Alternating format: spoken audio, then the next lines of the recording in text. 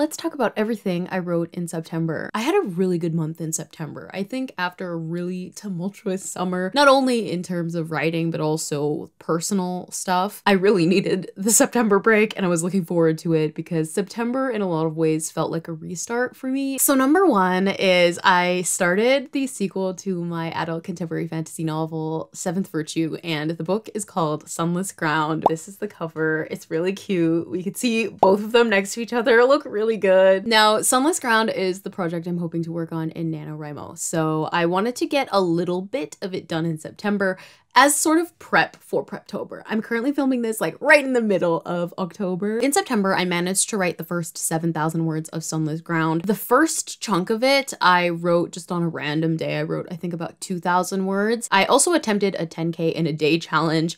Spoiler, I did not write 10K in a day, but I have a writing vlog coming out on that because that's the way that I wrote the first 10,000 words of Seventh Virtue. I wrote it in one day. I went into it knowing that I probably would not hit 10K, but I wanted to do it so that I could just jumpstart into the draft. I'm a pantser, and in particular, what's on this ground, I don't really know what the overarching plot is. Well, I kind of know now because I figured it out yesterday. When I went into this project, I had no idea what the direction of the book is. So for me as a pantser, it was way easier to think of writing 10,000 words in a day than to plot the book. This is a Hail Mary that I managed to write an entire summary for this book because I barely have a summary for Seventh Virtue. I'll read the plot summary first of Seventh Virtue if you are not familiar with it, but I'll link a video in the description where I describe the project in depth if you want to watch it. After being tormented by nightmares of his ex-boyfriend Lonan, Harrison seeks a magical intervention from old friend Reeve.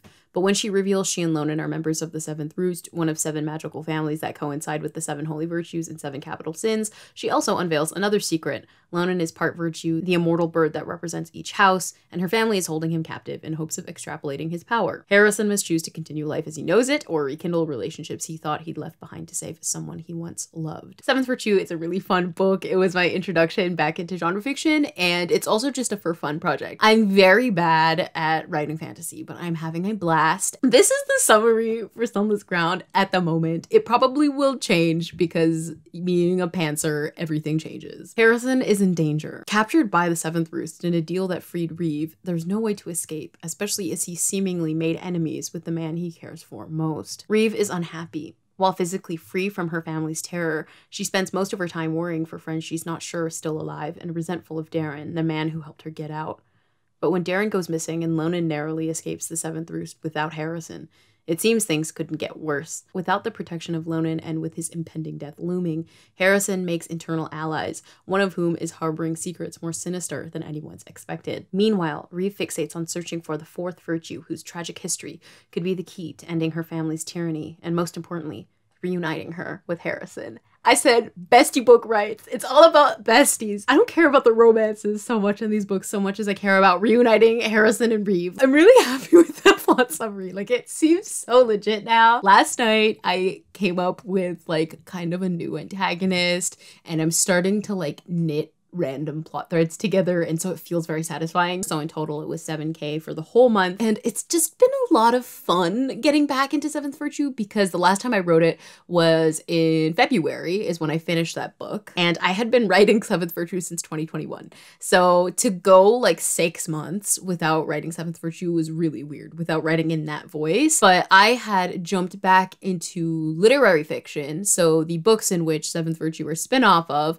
which is like the Mothwork series, they're literary fiction, and so I was so used to writing Harrison in his literary voice and also him being super annoying in his literary voice that it's been like really weird to go back to Seventh Virtue where he's actually like a good person. But honestly, the writing process has been so much smoother for genre fiction. I find it a lot easier to write genre fiction than it is literary fiction, and that's not because genre fiction is like easier, it's just because of the way I write genre fiction. Genre fiction is extremely difficult in terms of like the plotting side is really hard, tying things together, coming up with ideas.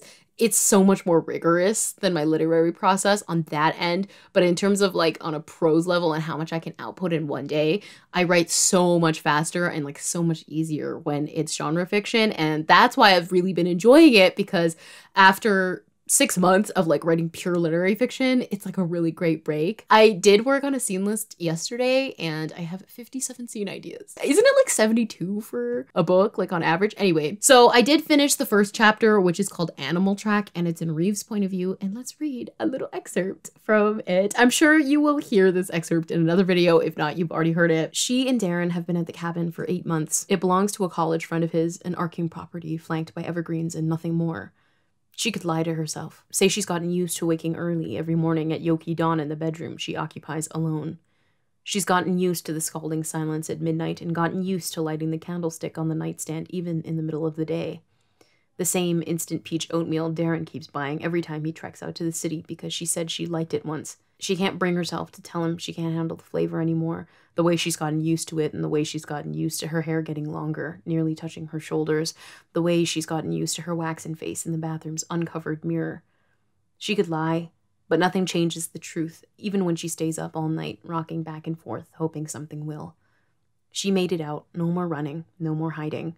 It's a good thing, and yet the prospect is so lonely, so frightening, that she sometimes considers walking into the woods until she makes it out the other side, a woman who did not survive alone. The vibes are immaculate. I can't wait to like get further into it because I'm like really brewing up some drama. The next thing I wrote in September is Changing States, which is my literary fiction novella, and hopefully the last, I'm gonna jinx myself in this video, hopefully the last in a trilogy of novellas that I've been working on all year. So I mentioned at the beginning a book called Mothwork. Now Mothwork is a spin-off of a really long series, which is very complicated to explain in a very short video. I will link the video explaining the whole thing if you're very interested in the deep lore of my writing. I reread Mothwork in February of this year, and I wrote a novella based off of it called Body Back, which was Harrison's novella. And then I wrote a novella that takes place at the same time called Hallowed Bodies, and I started writing that in June and I finished it in August. And then I started writing Changing States, which is Jeremiah's novella, who is one of the characters from Body Back. And I started writing that in July, but I really started the draft in August and I'm still writing it now. I wrote 10,000 words of Changing States in September. It felt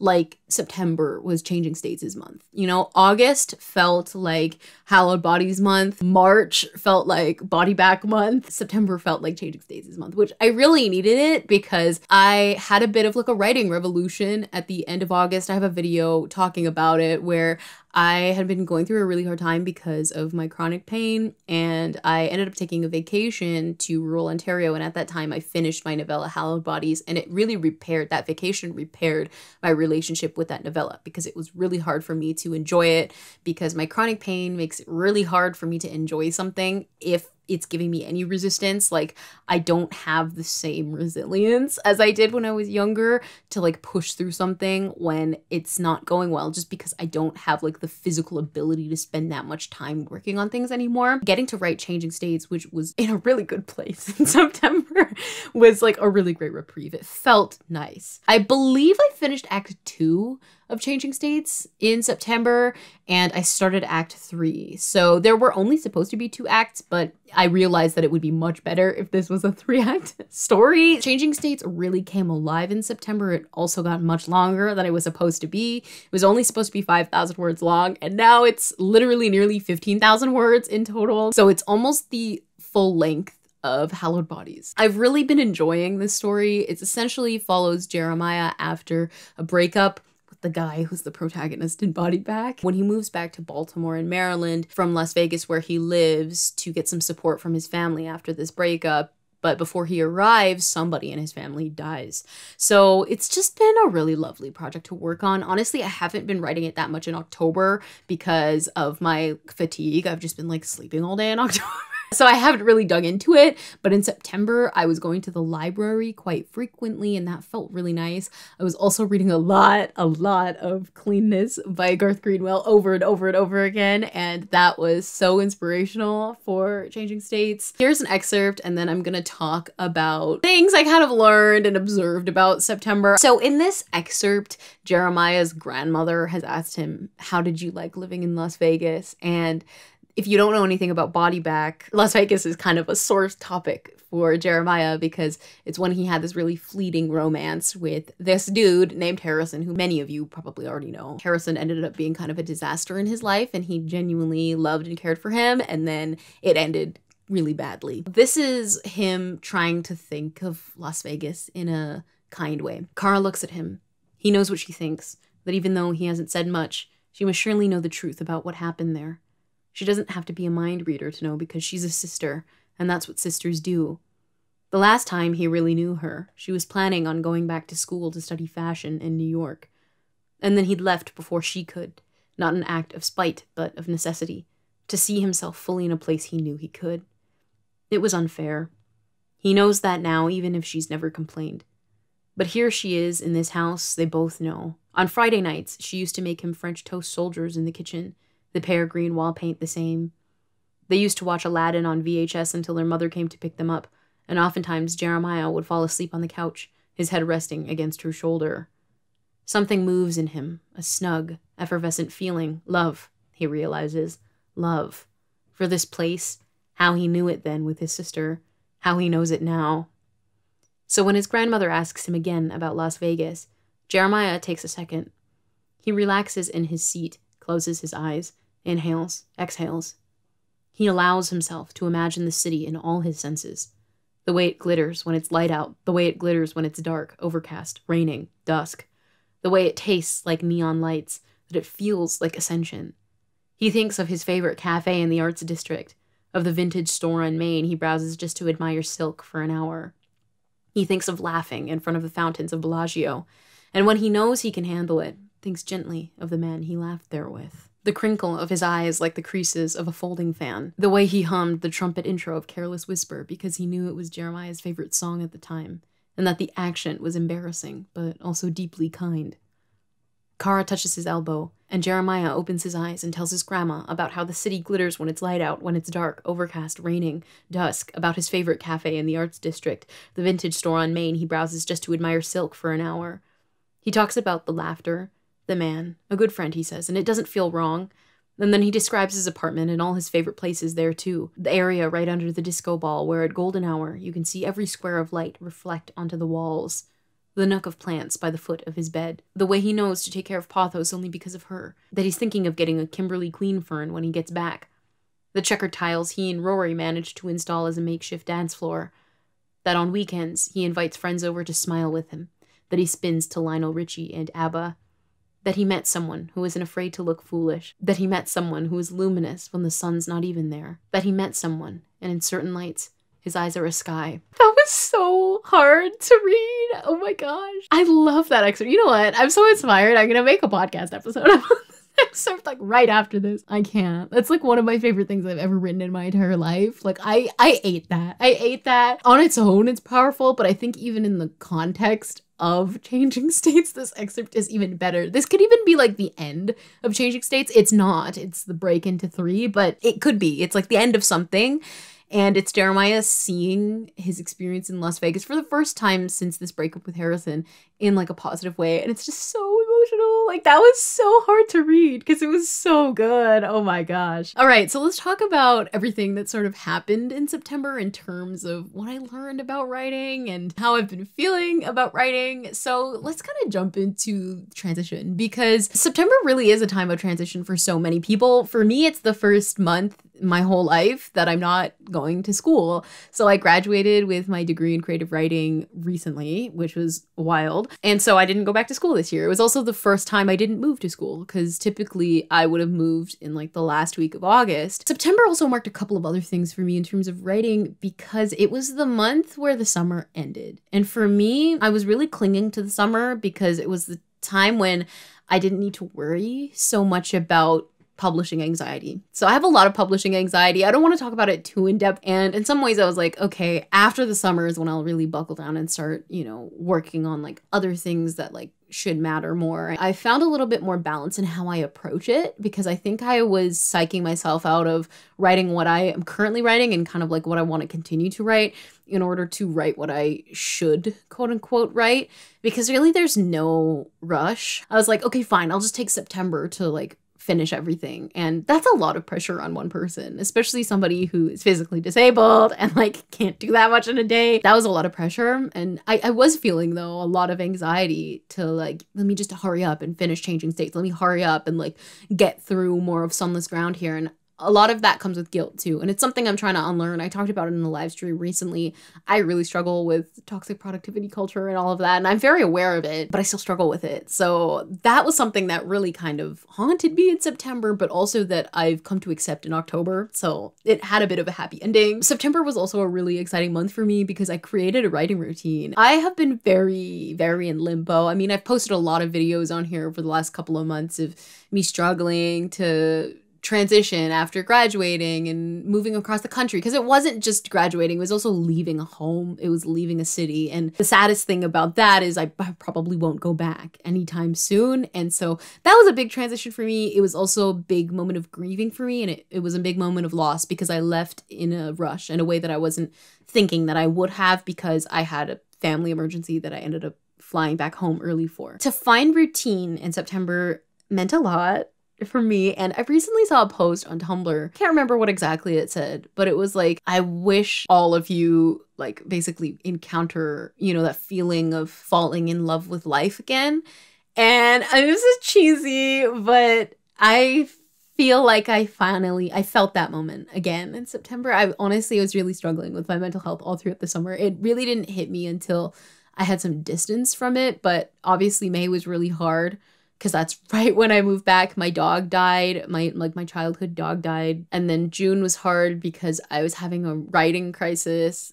And then there were a lot of like other family emergencies in June. And then July was hard because my chronic pain was so much worse. And then August was hard because again, it got even harder. It was like my darkest days of chronic pain. And then it started to get lighter after that vacation. And so September was a moment where I finally had some stability, and I finally was like, okay, actually, I think I can take a breath. It felt like an exhale of a month. And I did have a moment, which I hadn't felt since March, where I was walking down the sidewalk coming home after writing.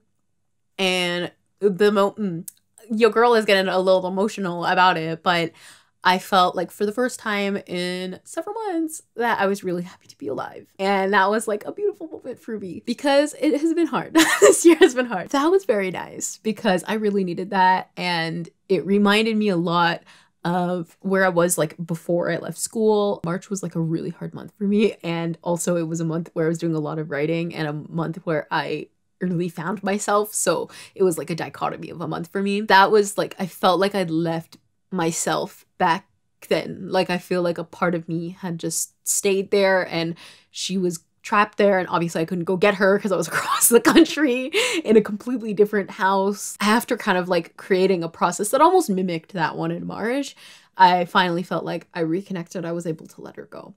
It was a big month for me, and I'm happy that it happened. It was like one of the best months, I think, of my life, even though like nothing really exciting happened. You know, I turned 22 in September, but even turning 22 was weird because it was like leaving behind 21-year-old me, who is so important to me, even though being 21 was the hardest year of my life. And it was so much happened, and it was so difficult. And in a lot of ways, I was like, when is this year going to end? When am I going to get out of this hellish age? But for me, it was like a bittersweet experience because so much of my writing was this year has been shaped around the experience of being 21 and like it's sucking when you're 21.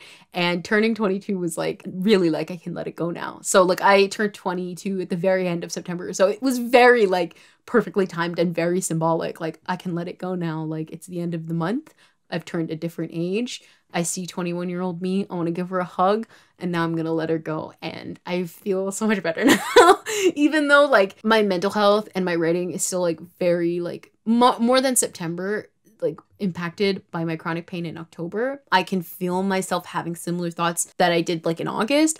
I feel better now. I feel more equipped to handle them. Like they're not impacting me as much. Like they're still impacting me, but it's not to the point. I was in a really dark place in August. I had no idea until like looking back on it, and just I'm so relieved that I feel better now. So that is the writing update for September. It was like a really lovely month, and I hope that you guys also had a great time in writing in September. Let me know how it went for you or how it's going so far. Let me know what you're currently doing for Preptober, if you're participating or if you're not participating, what you are writing, what you're up to, and if you are participating in NaNoWriMo, I would love to hear about your projects in the comments. But for now, thank you guys so much for watching, and I'll see you in another video. Bye.